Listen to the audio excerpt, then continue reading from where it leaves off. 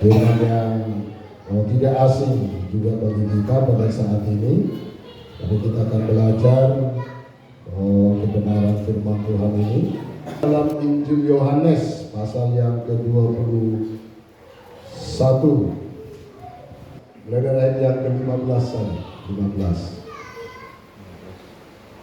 sampai ayat yang ke-19. Satu perikom firman Tuhan ini. Ya, untuk menghormati pembacaan firman Tuhan, mari kita sama-sama bangkit berdiri. Kita akan mengambil bagian dalam pembacaan firman Tuhan ini. Yohanes pasal yang ke-21 ayat yang ke-15 sampai yang ke-19. Ya, ayat yang ke-15, jemaat Tuhan ayat yang ke-16, kita bergantian sampai ayat yang terakhir. Di dalam nama Tuhan Yesus Kristus, demikian kata firman Tuhan. Gembalakanlah domba-dombaku. Sesudah sarapan, Yesus berkata kepada Simon Petrus, "Simon, anak Yohanes, apakah engkau mengasihi aku lebih daripada mereka ini?" Jawab Petrus kepadanya, "Benar Tuhan, engkau tahu bahwa aku mengasihi engkau." Kata Yesus kepadanya, "Gembalakanlah domba-dombaku." Kata Yesus juga kepadanya, "Simon, anak Yohanes, apakah engkau mengasihi aku?" Jawab Petrus kepadanya, "Benar Tuhan, engkau tahu bahwa aku mengasihi engkau." Kata Yesus kepadanya, "Gembalakanlah domba-dombaku." Kata Yesus kepadanya untuk ketiga kalinya, "Simon, anak Yohanes, apakah engkau mengasihi aku?" Maka sedih hati Petrus karena Yesus berkata untuk ketiga kalinya, "Apakah engkau mengasihi aku?" Dan ia berkata kepadanya, "Tuhan, engkau tahu segala sesuatu. Engkau tahu bahwa aku mengasihi engkau." Kata Yesus kepadanya, "Gembalakanlah domba-dombaku." Aku berkata kepadamu, sesungguhnya ketika kau masih muda, engkau mengikat pundakmu sendiri, dan engkau jalan kemana saja kau kehendaki. Tetapi jika engkau sudah menjadi tua, engkau akan mengulurkan tanganmu, dan pelayan akan mengikat engkau, dan membawa engkau ke tempat yang tidak kau kehendaki. Dan hal ini dikatakannya untuk menyatakan bagaimana Petrus akan mati dan memuliakan Allah. Sesudah mengatakan demikian, ia berkata kepada Petrus, "Ikutlah aku." Haleluya. Silakan duduk Bapak Ibu yang dikasihi oleh Tuhan. Ya, berbahagialah orang yang mendengar dan yang melakukan firman Tuhan dalam hidupnya. Haleluya. Nah, Bapak Ibu yang dikasihi oleh Tuhan, ya, tak terasa seperti yang saya katakan, ini sudah bulan 5, kita akan masuk untuk hari Kamis, ya, dalam memperingati hari kenaikan Yesus Kristus, ya. Yesus Kristus yang sudah bangkit dari antara orang mati untuk menyelamatkan manusia dari dosa, dan dia hidup, dan sebelum dia naik ke surga dia masih ada selama 40 hari di dalam dunia ini. Dan hari Kamis adalah hari ke-40, saudara-saudara yang diberkati oleh Tuhan, di mana Yesus yang mengakhiri dia bersama-sama dengan murid-murid setelah kebangkitannya dari antara orang mati. Nah, Bapak Ibu yang dikasihi oleh Tuhan, sebelum Yesus naik ke surga, dia berulang kali menunjukkan dirinya, ya, kepada murid-muridnya dan kepada banyak orang. Jadi untuk menunjukkan bahwa Yesus itu benar-benar hidup. Haleluya. Jadi bukan hanya kubur yang kosong sebagai bukti kebangkitan Yesus Kristus, tetapi penyataan Yesus, perjumpaan murid-murid itu dengan Yesus secara pribadi, saudara-saudara, adalah membuktikan bahwa Yesus itu hidup, benar-benar hidup, dan bukan hanya sebuah cerita bahwa Yesus itu bangkit, tetapi Yesus menunjukkan bahwa dia memang benar-benar hidup. Saudara-saudaraku, kepada Thomas, Yesus berkata, menunjukkan saudara lubang paku yang ada di tangannya dan lambungnya yang tertikam pun saudara-saudara yang berkata oleh Tuhan. Saudara, dalam kitab Wahyu dikatakan saudara-saudaraku bahwa lubang paku yang di tangan Yesus ketika Yesus itu mati dan bangkit, saudara, lubang paku itu tidak tertutup. Ya. Nah, saudara-saudara, saya berpikir kenapa itu tidak tertutup? Itu menunjukkan, saudaraku, bahwa Yesus yang bangkit itu adalah benar-benar Yesus yang telah disalibkan, yang telah dipaku, sehingga lubang paku yang ada di tangan Yesus, di kaki Yesus itu menunjukkan, saudara, bahwa Yesus itu adalah benar atau asli. Haleluya. Dia adalah Yesus yang telah bangkit dari antara orang mati itu. Dialah Yesus yang disalibkan itu, dan bukan Yesus yang lain, tetapi Yesus yang betul-betul, saudaraku, disalibkan dan bangkit dari antara orang mati. Nah, saudaraku, ketika Yesus berulang kali berjumpa dengan murid-murid itu, dia berjumpa juga, saudara, pada terakhir kalinya dia berjumpa dengan murid-muridnya bersama dengan Petrus, saudara. Petrus yang adalah seorang yang temperamental, yang meledak-ledak, gitu kan, yang sukacitanya meletup-letup, tetapi sewaktu-waktu juga, saudara, yang diberkati Tuhan, dia bisa mundur, saudara, dari apa yang dikatakannya, apa yang diucapkannya. Itulah si Petrus. Lalu Yesus berjumpa dengan dia. Saudara yang diberkati oleh Tuhan, ini barangkali adalah perjumpaan terakhir bersama-sama dengan murid itu sebelum mereka itu sampai di Bukit Zaitun, untuk di mana Yesus itu berpisah dengan mereka. Yesus menjumpai murid-murid itu, dan secara pribadi dia menjumpai Petrus, saudara. Dan kita lihat apa yang dikatakan oleh Yesus kepada Petrus.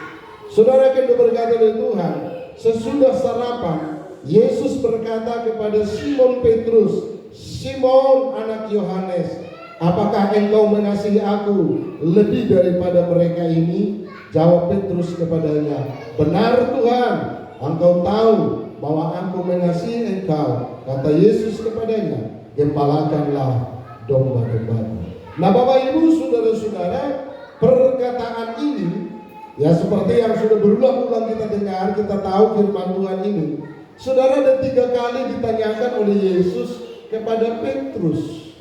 Ya, saudaraku, ketika saya merenungkan firman Tuhan ini, tadi saya lihat firman Tuhan ini dimulai atau percakapan Yesus dengan Petrus ini, saudaraku, sangat jelas di sini. Ya, firman Tuhan katakan sesudah sarapan Yesus berkata kepada Simon Petrus. Haleluya, haleluya. Jadi saudara-saudaraku, kalau saya teringat, ya, kalau orang Batak selalu kalau ada yang mau diomongin, ada mau dikatakan atau ada pesta, selalu, ya, makan dulu, gitu kan. Jadi barangkali inilah yang diteladani. Jadi Yesus memberikan makan dulu, diberi dulu makan, ya, baru ditanya. Haleluya.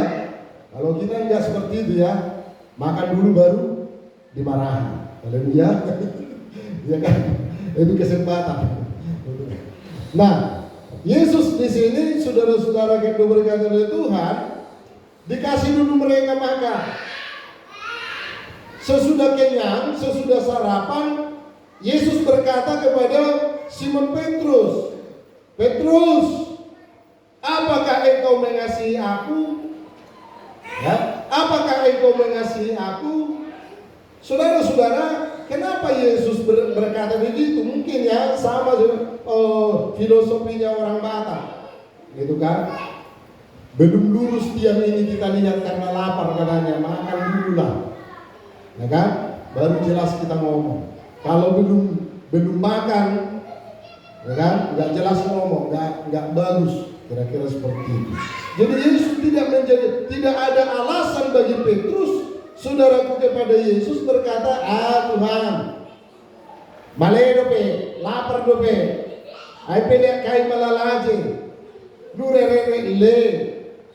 Enggak ada alasan bagi Petrus untuk berkata, saudara-saudaraku, demikian. Kenapa? Karena Yesus sudah memberikan saudara-saudara kepada mereka makanan jasmani, sarapan saudara-saudara yang diberikan Tuhan.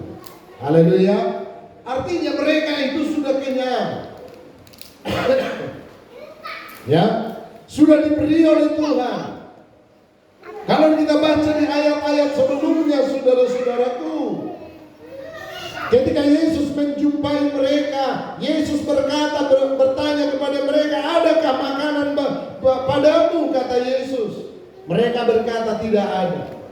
Lalu Yesus menyuruh mereka untuk melemparkan jala mereka ke danau kembali. Saudara-saudaraku, ketika itu mereka mendapatkan tangkapan yang banyak. Saudara, apa yang Tuhan katakan di sini, saudara-saudara, yang diberkati oleh Tuhan. Iya. Saudaraku, bahwa sesungguhnya Tuhan itu juga peduli atas kehidupan kita.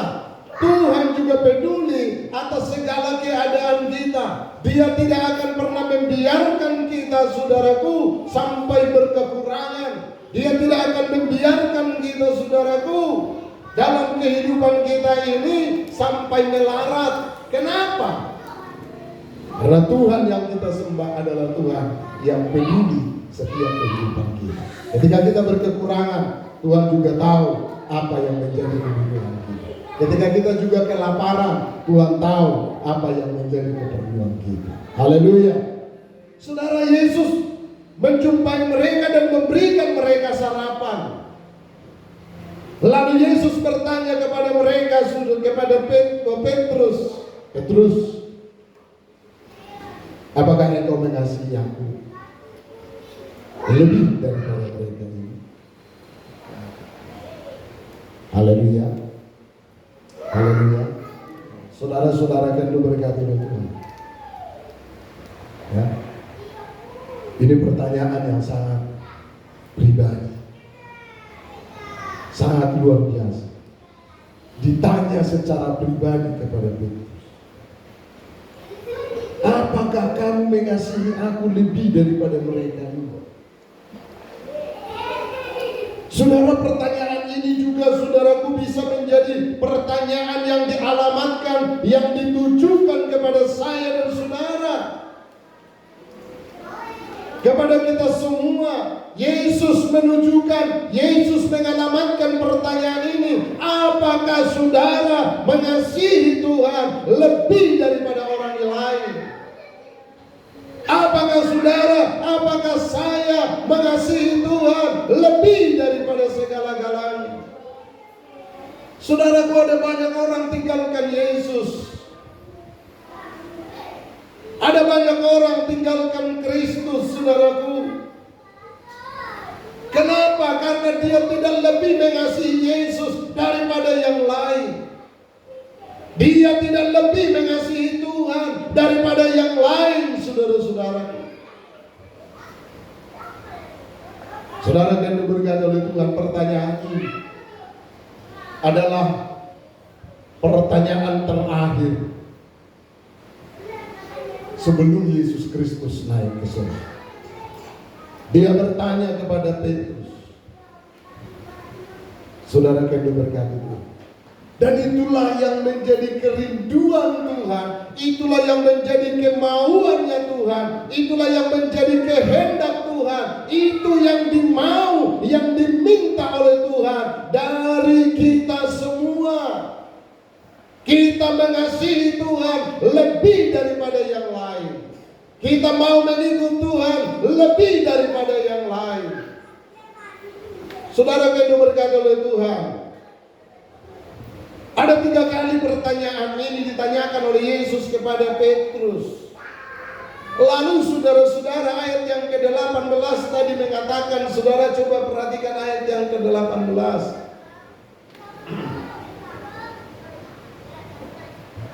Aku berkata kepadamu, sesungguhnya ketika engkau masih muda, engkau mengikat pinggangmu sendiri, dan engkau berjalan kemana saja kau kehendaki. Tetapi jika engkau sudah menjadi tua, engkau akan mengulurkan tanganmu, dan orang lain akan mengikat engkau dan membawa engkau ke tempat yang tidak kau kehendaki. Ayat yang ke-19 menjelaskan ayat yang ke-18. Apa Tuhan katakan?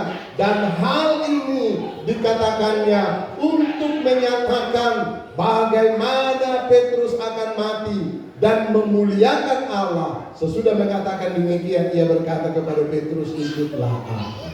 Haleluya. Saudaraku, ketika kita merenungkan firman Tuhan ini, ayat yang ke-18 dijelaskan di ayat yang ke-19 itu, saudaraku. Ayat yang ke-19 ini mengatakan, Yesus mengatakan kepada Petrus bagaimana Petrus akan mati. Haleluya. Haleluya. Ya.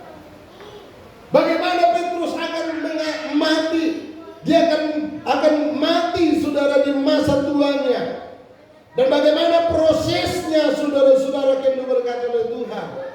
Yesus berkata, Petrus, ketika engkau masih muda, engkaulah yang mengikat pinggangmu, dan engkau berjalan pergi kemana saja engkau sukai.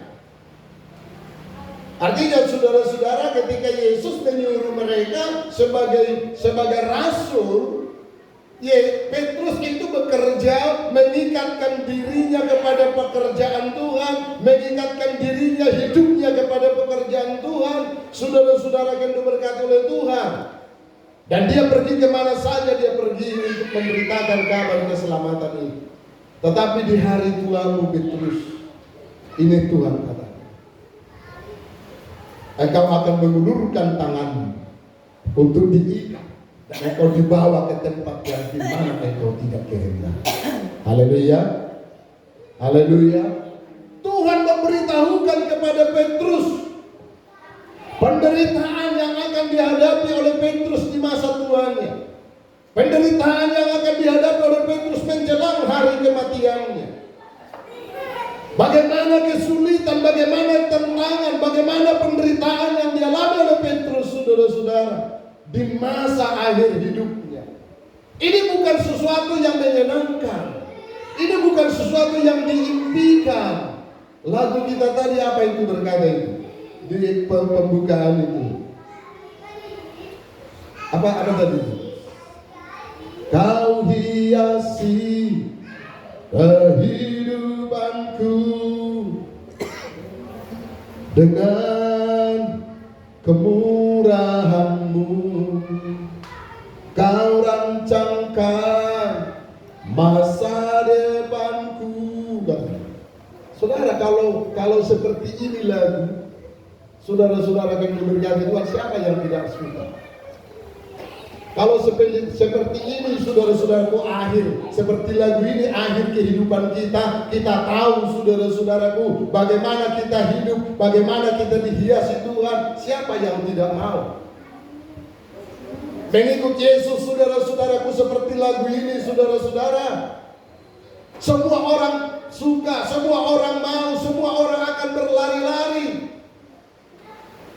Tetapi terbalik, saudara, kepada Petrus Tuhan katakan, Petrus, jika engkau mengasihi aku lebih, dan Tuhan berkata, engkau mengasihi aku lebih daripada yang lain.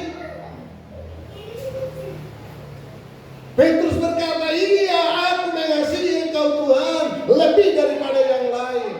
Dan mungkin seperti apa yang dikatakan oleh Petrus di Taman Getsemane, kalau orang lain tinggalkan engkau Tuhan, aku tidak tinggalkan. Kalau orang lain lari Tuhan, aku tidak lari. Kalau orang lain Tuhan undur, aku tidak undur. Kalau orang lain begini, aku tidak begitu. Sama seperti apa yang dikatakan oleh Yosua. Kalau orang lain beribadah kepada Allah lain, aku tidak. Saudara-saudara yang diberkati oleh Tuhan, itulah wujud daripada kasih Petrus kepada Tuhan. Saudara, secara rasio, secara pikiran kita, sesungguhnya yang diharapkan, yang mau didengar oleh Petrus, saudara-saudara yang diberkati oleh Tuhan, bukan seperti ayat yang ke-18. Tetapi kita berharap, saudara-saudara yang diberkati Tuhan, ya Petrus, kalau kau mengasihi aku lebih daripada yang lain, lihatlah, tengoklah, perhatikanlah. Ya, aku akan memusuhi musuhmu. Kan begitu, akan menghalau lawanmu, akan menghalau musuhmu, akan menghalau belalang-belalang pelahap dari usahamu, akan menghalau segala sesuatu yang merugikan engkau. Tetapi ini tidak. Kalau demikian, saudara-saudara, kalau Tuhan berkata begitu, semua akan berlari-lari untuk mengikuti Tuhan. Haleluya. Tetapi Petrus, ketika Tuhan bertanya kepada Petrus tentang kasihnya, saudara, dan Petrus mengatakan, engkau tahu isi hatiku, bahwa aku mengasihi engkau Tuhan. Sampai 3 kali, saudara-saudara. Ada sebuah deklarasi yang disampaikan oleh Petrus tentang kasihnya kepada Tuhan yang tidak ada taranya. Saudara, walaupun banyak para tokoh-tokoh teolog mengatakan ini adalah pemulihan hati, pemulihan pengakuan daripada Petrus terhadap penyangkalannya 3 kali pada waktu penyaliban itu, saudara-saudara yang diberkati oleh Tuhan. Kenapa harus 3 kali? Ya, tetapi saya melihat, saudara-saudaraku, bukan hanya itu, tetapi itu adalah sebuah kesungguh-sungguhan hati. Haleluya. Dikatakan berulang-ulang, saudara-saudara yang diberkati Tuhan, kasihnya kepada Tuhan yang diucapkan berulang-ulang akan menjadi suatu karakter dalam dirinya, bahwa dia mengasihi, betul-betul mengasihi Tuhan. Saudaraku, tetapi ayat yang ke-18 mengatakan, saudara-saudara yang diberkati oleh Tuhan, kesusahan yang akan dihadapi oleh Petrus, kesulitan yang akan dihadapi oleh Petrus, tantangan yang akan dihadapi oleh Petrus. Benar apa yang dikatakan oleh firman Tuhan, barang siapa mengikut aku, dia harus memikul salibnya. Amin. Pikul salib. Mengiring Yesus adalah pikul salib. Mengikut Yesus, saudara-saudara yang diberkati Tuhan, bukan hanya kenikmatan, tetapi saudara-saudaraku adalah penderitaan. Saudara yang diberkati oleh Tuhan, apakah Petrus mundur ketika Tuhan mengatakan bahwa engkau akan diikat, engkau akan mati dengan cara yang demikian? Petrus, firman Tuhan mengatakan, saudaraku, bagaimana perjalanan Petrus dimulai dari hari Pantekosta. Dia bangkit, saudara-saudaraku, menjadi pengkhotbah yang hebat, mengatakan, saudaraku, kebesaran Tuhan, mengatakan bahwa ini adalah kegenapan daripada kitab suci. Saudara yang diberkati oleh Tuhan, Petrus menjadi seorang tokoh yang mengungkapkan firman Allah tergenapi, yang mengatakan kebenaran tergenapi. Yesus yang kau salibkan itu, kata Petrus, saudara-saudara. Haleluya. Batu yang kau buang itu telah menjadi batu penjuru. Yesus yang kau tolak itu adalah Tuhan, kata Petrus. Luar biasa, saudara-saudara. Dia berani sekali untuk menyampaikan kepada seluruh orang-orang Farisi yang menyalibkan Yesus itu, saudara-saudaraku, bahwa Yesus itu adalah Tuhan. Haleluya. Dan terbukti saudaraku sampai akhir Petrus, saudaraku, pada kematian Petrus dia disalib. Ya, dia disalib. Tetapi dia tidak disalib seperti biasanya, seperti normalnya penyaliban. Firman Tuhan katakan, saudara-saudaraku, ya, referensi-referensi yang lain mengungkap tentang kematian Petrus. Dia disalib, kakinya terbalik, kakinya ke atas, kepalanya ke bawah. Dan itu sesuatu yang sangat menyakitkan, sangat membuat Petrus, saudara-saudaraku, menderita. Itu di masa tuanya, di hari tua Petrus, dia harus disalib, saudara-saudara. Tetapi apakah Petrus mundur? Petrus tidak mundur. Kenapa? Firman Tuhan mengatakan, saudara-saudaraku, dia mengasihi Tuhan lebih daripada yang lain. Amin. Dia mengasihi Tuhan lebih daripada mereka. Dia mengasihi Tuhan lebih daripada mereka. Bapak Ibu yang dikasihi Tuhan, pada saat ini bagaimana dengan kasih kepada Tuhan? Saya teringat di hari Rabu kemarin firman Tuhan,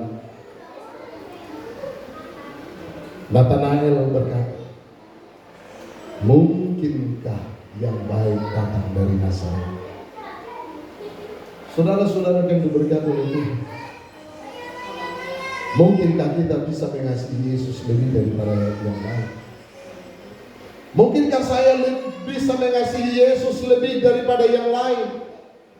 Mungkinkah aku mengasihi Yesus lebih daripada yang lain? Saudara yang diberkati oleh Tuhan, jika pikiran manusia ini yang kita pakai, maka itu tidak akan mungkin. Tetapi saudaraku, jika Kristus menolong kita, jika kita izinkan Roh Kudus menolong kita, maka saudara yang diberkati oleh Tuhan, yang tidak mungkin dalam pikiran manusia, maka Tuhan sanggup melakukan itu menjadi kemungkinan bagi saya dan saudara. Kita bisa mengasihi Tuhan lebih daripada yang lain ketika kita mengizinkan Tuhan berkarya dalam hidup kita. Kita mendeklarasikan dalam hati kita setiap waktu, setiap saat, aku mengasihi Tuhan lebih daripada yang lain. Bagiku hidup adalah Kristus, sama seperti apa yang dikatakan oleh Paulus. Saudara, tetapi jika kita tidak bisa dan tidak mau mengatakannya, maka mustahil kita bisa mengasihi Tuhan lebih daripada yang lain. Saudara yang diberkati oleh Tuhan, dan ini menjadi sebuah pertanyaan besar bagi kita. Apakah yang lebih kita kasihi dalam hidup kita ini? Tuhankah, Yesuskah, atau yang lain dari hidup kita?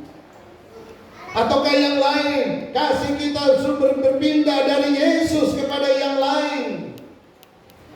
Saudara yang diberkati oleh Tuhan, jika sudah begitu terjadi, maka kembalilah kepada Kristus, saudara-saudaraku.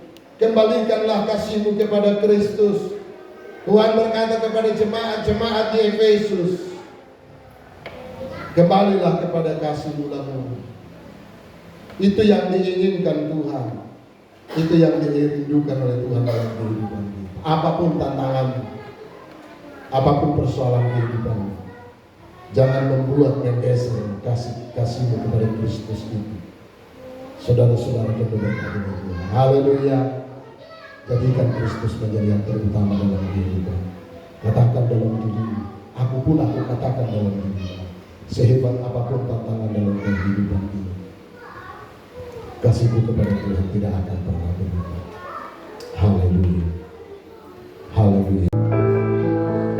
Dengan darah kau tebus dosaku, dengan darah-Mu aku berdiri. Ini aku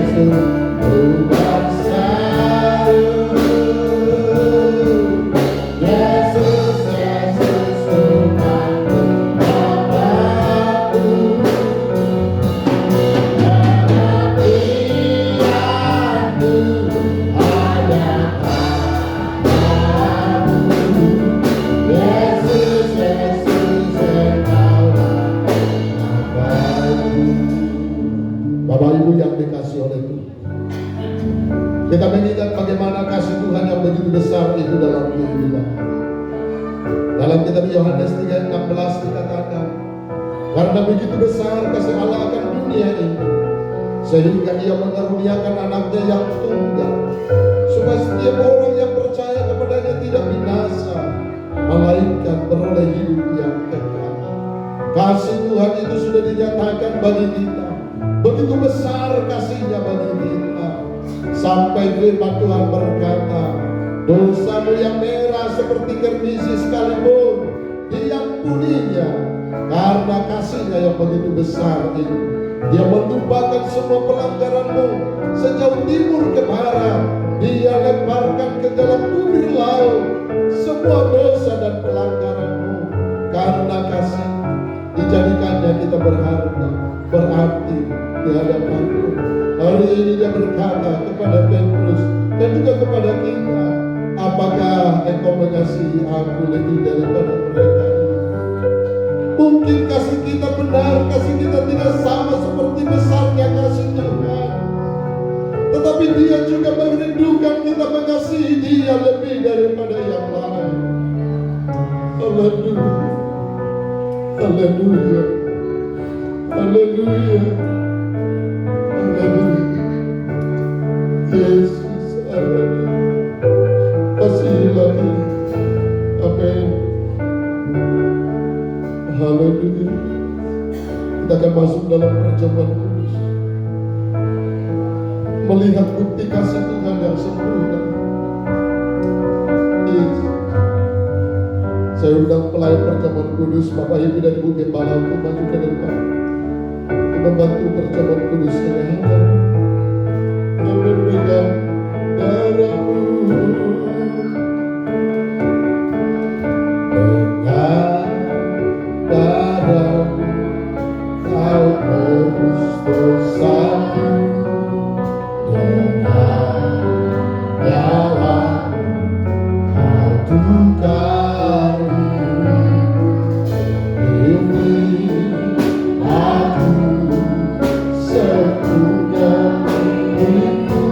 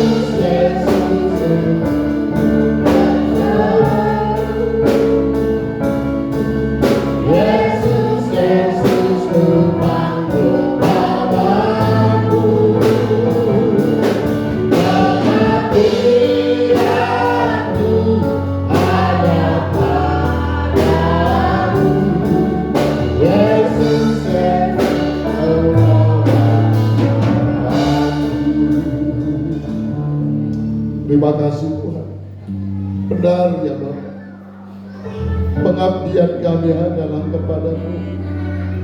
Ini kami ya Tuhan, ini kami ya Bapa. Terima kasih buat kasih-Mu. Terima kasih buat kasih yang besar yang Kau berikan bagi kami. Kami bersyukur buat semua kebaikan-Mu. Kami bersyukur buat pengorbanan-Mu ya Tuhan. Terima kasih Bapa, terima kasih. Biarlah semua apa yang telah Kau berikan bagi kami dapat kami lihat, dapat kami mengerti, dapat kami syukuri ya Tuhan. Terlebih khusus ya Tuhan, pengorbanan-Mu di kayu salib yang telah memerdekakan kami dari segala hutang dosa kami ya Tuhan. Terima kasih Bapa, terima kasih. Kami bersyukur hari ini ya Tuhan, di tempat ini bersama dengan umat-umat-Mu. Terima kasih Bapa, terima kasih. Engkau sudah berkorban bagi kami ya Tuhan di atas kayu salib ini. Dan saat ini ya Tuhan, kami bersama dengan umat-Mu akan menerima perjamuan kudus sebagai peringatan bagi kami akan besarnya kasih Kristus di dalam kehidupan kami ya Tuhan. Kami mengingat dan memberitakan kematian-Mu melalui penerimaan kami ya Tuhan akan perjamuan kudus ini. Ketika kami makan tubuh-Mu, kami menjadi satu daging dengan Tuhan. Ketika kami minum dari darah-Mu, kami menjadi satu darah dengan Engkau ya Tuhan. Darah yang mahal yang telah Engkau curahkan bagi kami, yang mengampuni dan menyucikan setiap dosa kami ya Bapa. Terima kasih Bapa, terima kasih. Ini kami Bapa, para pelayan-pelayan Tuhan yang telah berdiri di hadapan-Mu, mempersiapkan hati kami, mempersiapkan hidup kami untuk menjalankan perjamuan kudus ini ya Tuhan. Urapilah kami, sucikan kami, layakkan kami ya Tuhan, agar ketika kami ya Tuhan menjalankan perjamuan kudus ini dan umat-umat-Mu menerima roti dan anggur ini ya Tuhan sebagai lambang daripada kematian-Mu bagi kami ya Tuhan, maka semua kami bersekutu di dalam kematian-Mu ya Tuhan dan kebangkitan-Mu. Terima kasih Bapa, terima kasih. Terima kasih Tuhan, terima kasih. Berkatilah kami, urapilah kami ya Tuhan. Terima kasih Tuhan. Dan kami akan menjalankan perjamuan kudus ini dengan penucapan syukur di dalam nama Tuhan Yesus Kristus. Haleluya.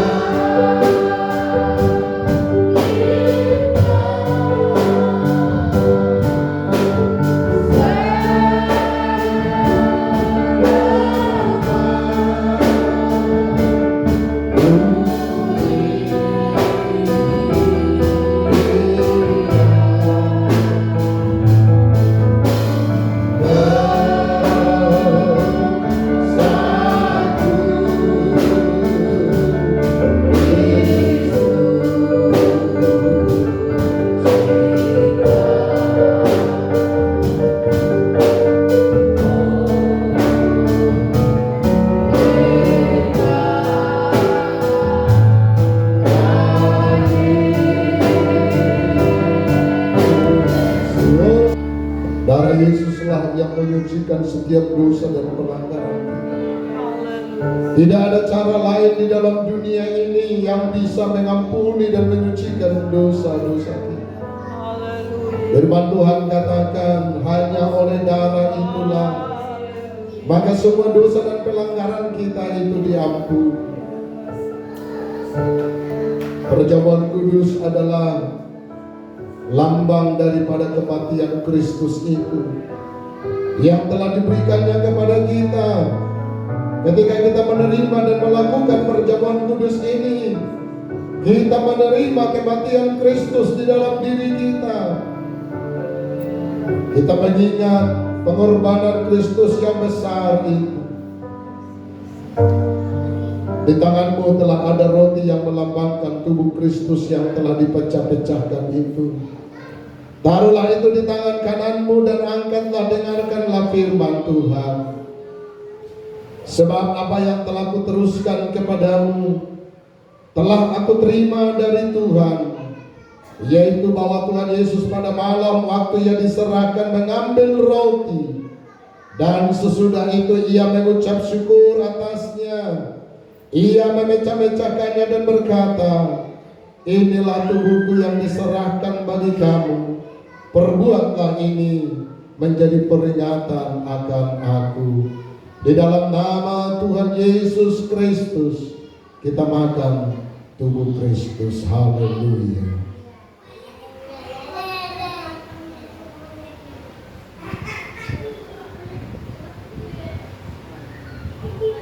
Haleluya, haleluya, haleluya. Di tanganmu juga telah ada cawan yang berisi anggur, yang melambangkan darah Kristus yang mahal itu yang telah tercurah di Kalvari untuk kita. Taruhlah itu di tangan kananmu dan angkatlah, dengarkanlah firman Tuhan. Demikian juga ia mengambil cawan sesudah makan, lalu berkata, cawan ini adalah perjanjian baru yang dimeteraikan oleh darahku. Perbuatlah ini, sebab setiap kali kamu meminumnya menjadi peringatan akan aku. Sebab setiap kali kamu makan roti ini dan minum dari cawan ini, kamu memberitakan kematian Tuhan sampai ia datang. Di dalam nama Tuhan Yesus Kristus kita minum darah Kristus. Haleluya.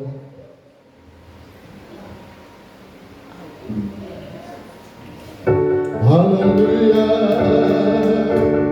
Mari bersyukurlah kepada Tuhan.